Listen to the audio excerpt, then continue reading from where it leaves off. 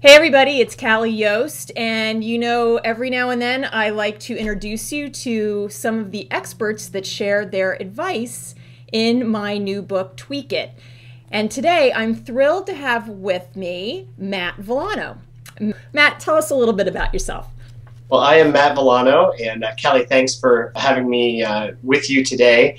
I have been a full-time freelance writer for 17 years, and for the last 4 years, I've somehow managed to balance that very busy schedule with the equally busy schedule of being a full-time work-at-home dad. So we've got two young daughters, one who turns 4 later this month, and one who's just turned a year and a half. And at the very least, until 2 o'clock every day, I am their primary caregiver. Well, Matt, I just admire you, and I think more and more dads, men in general, but dads specifically, are in your same position, so it's always wonderful to have a great example like you. Thanks. So here's my interesting observation. I was just giving a speech, interestingly enough, in front of a group of health and well-being experts, which I find semi-ironic when I tell you what my observation is. And I asked them, how many of you did not take your vacation, all of the vacation that you were entitled to last year? I'm going to say fully a good half raised their hands. Yeah. And I thought, now this is interesting. If the health and well-being people cannot take all of their vacation, what is up? And I'll say a couple of them said, I just didn't want to go. Okay, that's fine. But a number of them said, it just doesn't happen. So I think let's start with, why is it important to get away? Why do you really have to try to make time to take a break and go on vacation? Well, none of us can work constantly. And I think, at least personally for me, what the purpose vacations serve is really to help recharge. Not only my mental state, but also my physical state. I know I'm working 80-hour weeks, and so come the weekend, when I've got the 36 hours that I take to just disconnect, which I do every weekend, my body is in serious need of some sleep, some R&R. So if you apply that on a broader scale, vacations all of a sudden really become the key to a balanced life, and really I think that's ultimately the most important reason why folks need to make time to get away. Of course, when you have a family, there's another aspect, and that is, of course, the bonding aspect. Not only do I endorse spending time as a family in your home environment, but getting outside of that comfort zone and experiencing new places and new things and really new people with your immediate family, it helps everyone interact in ways that you wouldn't otherwise interact, and that creates a more tightly knit unit. I agree with you. We took our 2 daughters to London a couple of years ago, and they loved it. We had the best time, and they were only 13 and 10 at the time, so I was concerned they wouldn't really enjoy it, but we had so much fun. You are so right. Okay, so where do people get stuck? Why don't we take vacations? What happens?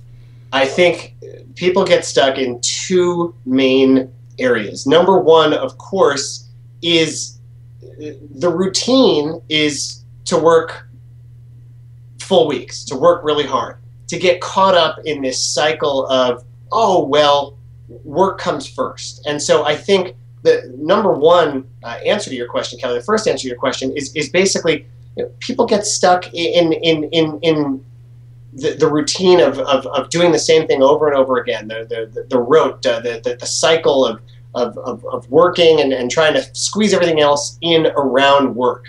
The second issue, I think, is a much more logistical one, and that is that with the advent of the internet and with the rise in popularity of the internet, travel for some people has become daunting.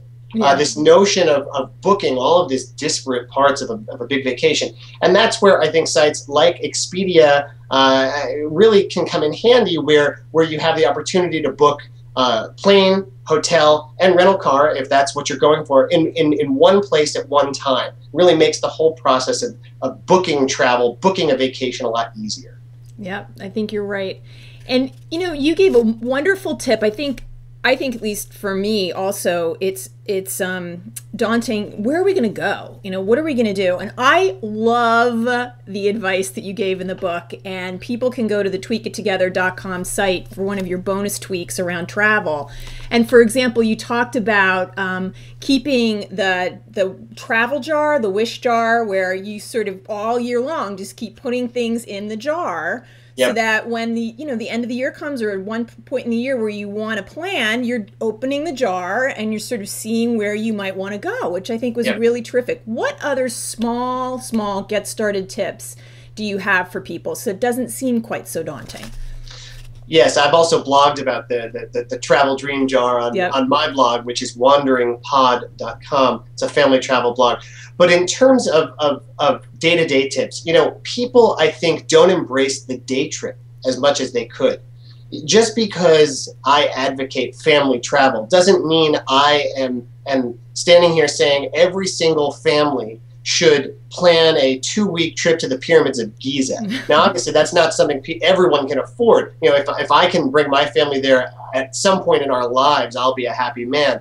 But, you know, you don't need to travel more than 15, 20 miles from home to really feel like you've gotten away. Now, that might mean getting in your own car, driving to a resort in a place you've never been, and spending the night with your spouse just to get away. It might mean taking the kids on a camping trip, or perhaps on a day trip, rafting down a local river. People sometimes get caught up in this notion of vacations needing to be these big, overblown episodes or events, and that doesn't necessarily always have to be the case. This notion of a staycation, which I'm not a huge fan of the word, but the concept is something that I think we all need to embrace a little bit more, and it's something we can embrace easily without really breaking the bank. I think you're right. You got me thinking when I interviewed you for the book about state parks and national parks. At least I don't think about them in my local area, because I always think of Yosemite and the Grand Canyon, but in my area we have all sorts of battlefield parks, and I thought, oh, those would be interesting. So we are going to try to go to those this summer perhaps, and I have you to thank, Matt Villano, for getting me to think of local parks. So thank you very much. Sure. Hey, so Matt, what's new with you, and where can we find out more about your terrific work? Well, as I mentioned, I am blogging about family travel on wanderingpod.com. I'm also going to be contributing to a new project with Expedia. Oh, great. We'll be blogging about travel for them. And, of course, you can always read more about the work that I'm doing on my personal website, whalehead.com. That's whale like the animal and head like the body part.com. But most excitingly, I'm moving to London with my family for 4 months. My wife she was chosen to teach a study abroad program in London, so we will be there this fall. And talk about family travel, I can't really, it's sort of the holy grail as far as we're concerned, especially with children as young as ours. So we're very excited. We have our apartment all squared away, and now it's just a question of getting over there and really seeing all there is to see. That is going to be, wow, okay, so we have to follow that on Wandering Pod and Expedia. I'm sure there's going to be great advice there. Oh, Matt, that is thrilling. And enjoy, and thank you very much for sharing your advice, more advice with us again today. Again, Matt is a terrific resource for travel advice. Do get away. Make travel part of your everyday work-life fit. It is so important. And I'm a little nervous that the health and well-being people are not taking vacation. Seriously. It really is. Something's wrong. So we have to change that for all the reasons that Matt said. And even if it's just to go away to a local park to be with your family, do take the time. So to find out more about Matt, you can go to his sites, but you can also find a link to his work at the tweakittogether.com site. And again, Matt, thanks so much. Thank you, Kelly. Remember, if you want to make what matters to you happen every day, just tweak it.